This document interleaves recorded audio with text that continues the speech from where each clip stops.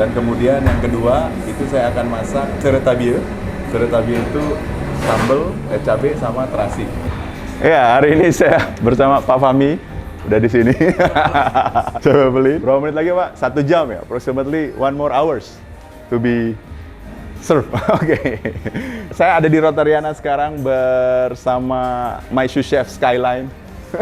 Ya, jadi saya akan masak bumbu-bumbu rempah yang terutama yang ada di Bali, dan teman-teman bisa simak resepnya, tipsnya, follow juga IG Rotariana Bali, kemudian ikutin apa nanti yang akan saya bagikan, nonton video.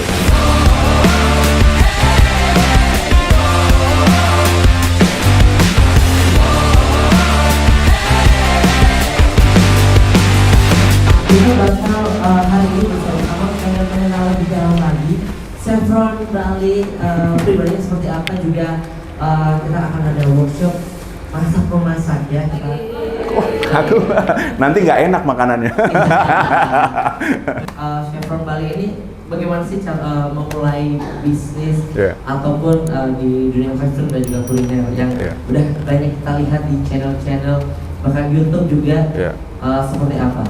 Itu passion atau cuisine yang memang saya fokuskan setelah makin lama. Memang cuisine kan kebanyakan kita jadi seorang koki atau juru masak itu kan base-nya dari Eropa ya. Kita memang kiblatnya kebanyakan dari Eropa terlebih dahulu. Di sekolah-sekolah pun ikutin sebagian besar basic dasar dari Eropa. Kemudian seiring berjalan, kemudian nemuin bahwa sepinter-pinter apapun kita masak, sepinter-pinter apapun kita bisa ciptain makanan Eropa, selama kita masih orang Indonesia nggak akan pernah diakui kalau misalnya kita pinter masak di luar negara kita gitu ya. Tapi kalau kita misalnya orang Indonesia kemudian harus bangga dengan apa yang kita punya, kemudian coba kita tekuni, habis itu kita coba geluti, taste, setiap hari trial, kemudian itu pasti akan nemuin passion kita. Nah, saya memang sangat fokus untuk di rempah dan juga beberapa bumbu Bali. Kalau teman-teman sering lihat sharing beberapa resep yang ada di YouTube, itu sebenarnya berdasarkan trial yang saya buat. Makanya kebanyakan resep-resep yang saya bagikan itu berdasarkan pengalaman-pengalaman secara personal. Mungkin nggak pas di tempat lain atau di lidah orang lain, tapi menurut saya itu sangat pas dan beberapa trial. Ini juga resepnya akan ada saya ditayangin di Bali Cooks Channel ya. Chef, kalau boleh tahu, ini passion chef ini terbentuk sejak kecil memang suka masak, hobi masak, atau memang ketemunya lagi waktu perjalanan itu? Gini, kadang-kadang saya bagiin sama anak misalnya yang generasi sekarang yang memang mau bergelut di dunia kuliner, kadang-kadang nggak bisa langsung temuin se-click your finger gitu kan, tiba-tiba lu bisa masak gitu, nggak bisa. Itu memang harus perlu beberapa trial yang akhirnya pada dasarnya, oh ya ini passion saya nih. Ada juga yang langsung ketemu dari kecil suka A sampai gede suka A, ada juga.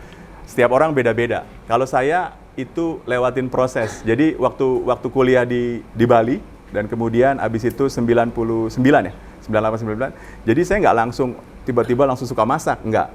Tapi ketemunya itu pada saat saya mulai training di 4 tahun kemudian. Karena saya terus jalanin tiba-tiba suka aja. Hari ini saya ini chef de party saya Fenan ya. Fenan ini dia in charge di restoran juga. Kemudian ada satu barista saya, Gaby, dia baru masuk lagi, itu sekitar 3 tahun udah join, dan dia akan sharing juga ada beberapa sirup yang kita akan combine dengan spice. Nanti teman-teman bisa taste. Di end of decision kita akan sharing resep itu. Kita mulai ya. Ini simple. Jadi season ini, satu workshop ini saya akan bagi 3 ya. Dari bumbu ini kita akan breakdown ke beberapa bahan lainnya. Season pertama itu saya akan buat, saya bilangnya basic sauce. Jadi dasar dari menu-menu yang saya akan buat. Itu season pertama. Kemudian yang kedua, saya masuk ke menunya. Gimana saya proses dari basic sauce yang saya buat tadi untuk menu yang saya masak nanti.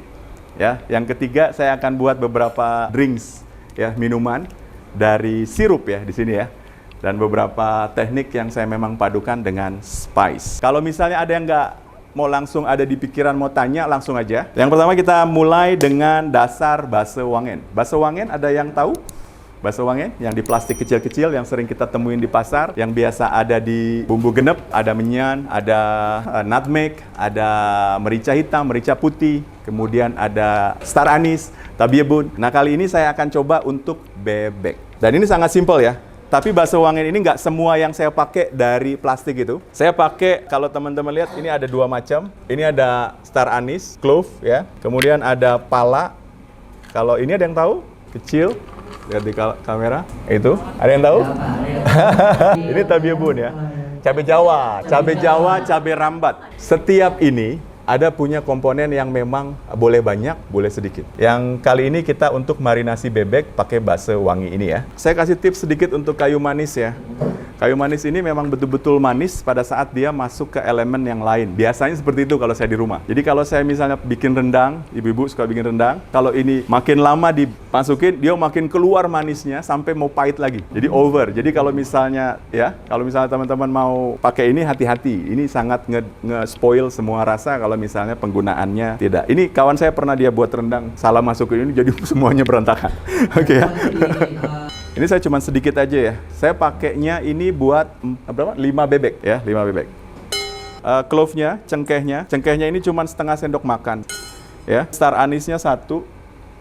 Ini bisa banyak nggak apa-apa. Pala, kapulaga ya. Kapulaga ada kapulaga India, ini kapulaga lokal. Butuh banyak. Ini sekitar setengah sendok teh. Kemudian merica hitam,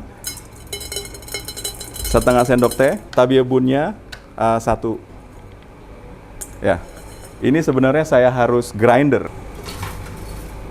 Banyak yang bilang bebek, chef gimana sih? Saya banyak banget dapat DM kemudian nanya, bebek kan amis, ya kan? Gimana caranya supaya ngilangin rasa amis? Kalau saya saranin teman-teman untuk masak, jangan mencoba lebih daripada Tuhan. Tuhan kan ciptain bebek itu amis. Jadi kita fungsikan amis itu untuk bisa gimana amis itu jadi enak, gitu kan? Jadi nggak bisa kita ngilangin rasa amis. Kadang-kadang saya ngejawab di DM, saya jelasin sih beberapa titik. Cuman amis itu akan enak pada saat ketemu spices ini. Western atau French, dia pakai amis itu dicombine dengan rasa sedikit manis. Kalau misalnya pernah dengar menu bebek dengan orange sauce, nah sebenarnya itu untuk mengkamuflase rasa dari amis itu supaya lebih ngangkat. Nah, seperti itu. Kadang-kadang hal yang nggak sesuai itu kalau kita pinter ngolahnya itu akan jadi hal yang unik. Ya, kalau mau hilangin, menurut saya sayang, bebek kan beautiful creature ya. Dia diciptain luar biasa. Jadi combine saja rasa itu dengan beberapa yang memang masuk rasanya. Yang bisa di-combine rasa apa? Manis tadi. Manis yang saya pakai, kalau orang Western dia pakai orange sauce, saya pakai kayu manis. Saya punya bebek yang kemarin ini, yang ada di dalam skyline ini di sous vide atau istilahnya di steaming ya, dimasak dengan 65 derajat, konsisten dengan 45 menit. Jadi temperaturnya nggak naik. Bisa lihat? Kalau mau taste, atau mau cium, atau mau hirup. Oke, bakso wangiannya masih di sana?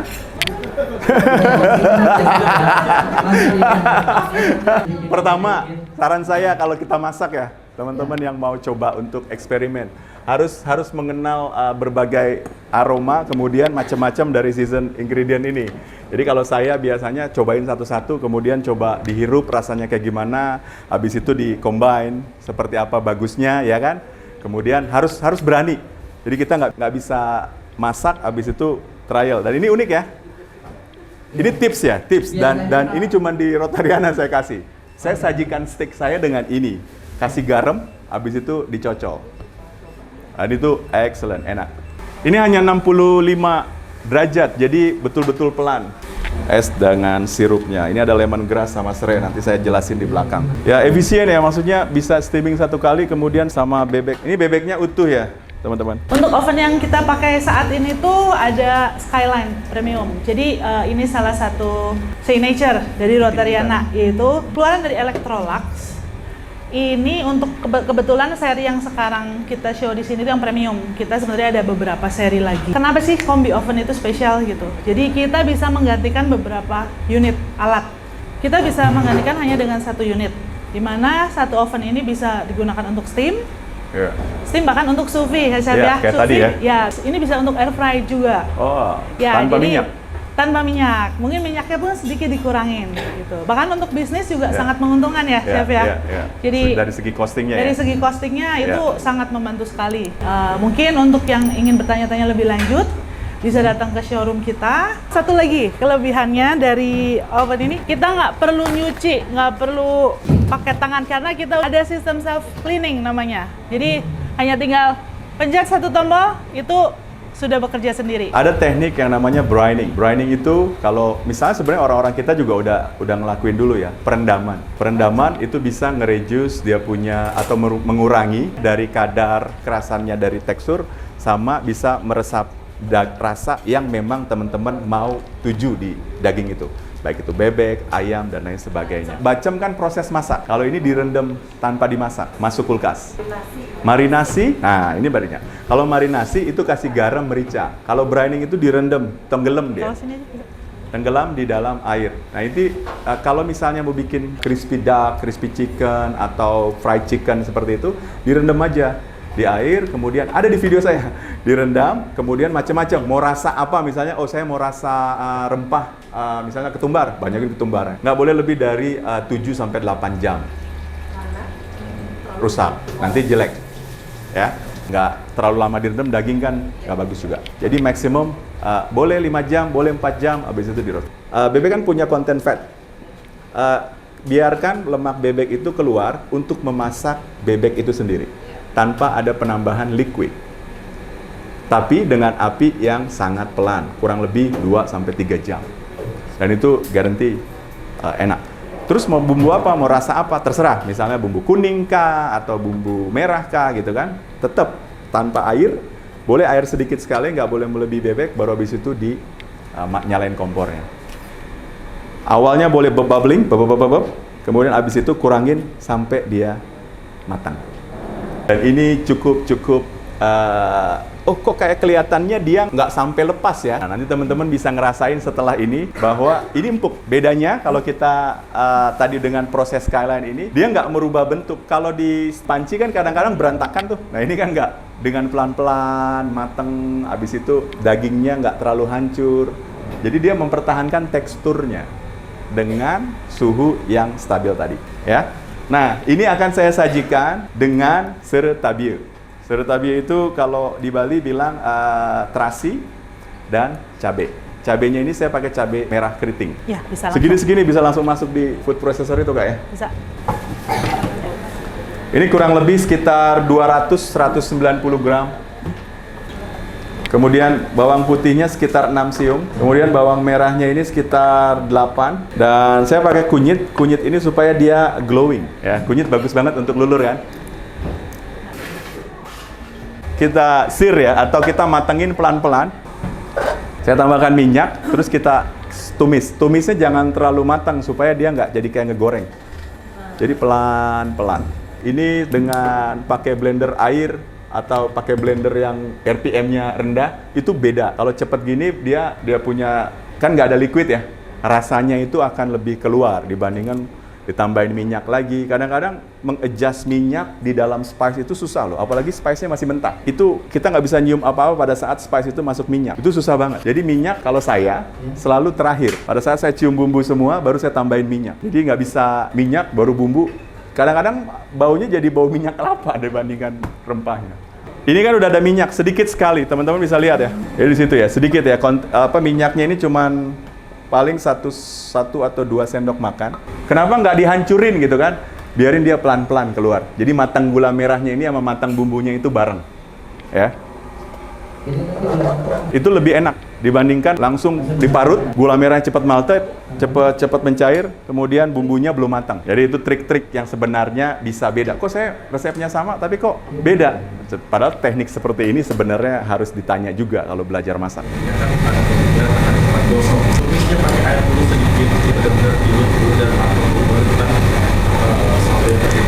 Oke, logikanya saya bawa ke arah logika flavor ya, logika rasa. Pada saat segala sesuatu dicampur dengan air, itu pasti akan menurunkan kadar dari dia punya bumbunya. Cabai dimasukkan ke air, itu sama dengan konsep beda antara dia kena minyak dan dia kena air. Ada beberapa yang memang pakai seperti itu, mungkin tujuannya berbeda dengan ini. Tapi kalau saya ngelihat, untuk ngedapetin independence, ini kan endingnya dia akan jadi bastingan barbecue ya. Bastingan barbecue, jadi kalau misalnya ini bisa pakai chicken wings, bisa pakai ayam roasted ya kan. Nah, Endingnya ini kan, ini akan supaya keluar aromanya. Tapi kalau misalnya pada saat kita masukkan air di awal dengan konsep seperti ini akan ngilangin semua flavor terlebih dahulu karena direbus, memuai dia. Pada saat dia memuai, baru saya tumis, sisa endingnya aja yang keluar. Misalnya kadar cabai 10 nih rasanya. Direbus itu kan pasti ada penguapan, ya berkurang 5 gitu kan. Jadi tujuan saya untuk dapetin yang tetap 8 atau 9 dari rasa cabai ini akan berkurang. Tapi tergantung teknik sih, Chef. Chef ya? Ya, sama-sama, Chef. Tergantung teknik, Chef. Jadi kalau misalnya tujuan endingnya seperti apa, nah itu lagi konsep. Tergantung dari teman-teman mau ngangkat satu cerita rasa itu seperti apa.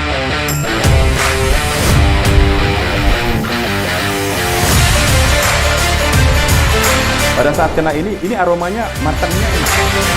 Sirup tamarin. Kalau ovennya keren, ovennya seperti ini, dan rata apinya, crispy. Gitu.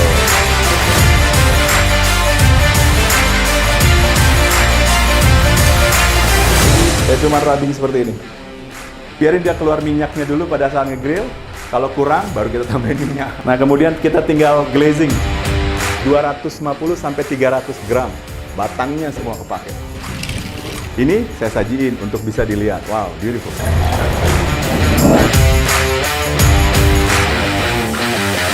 Saya menyarankan setiap kita bikin makanan tuh semuanya harus bisa kita rasain.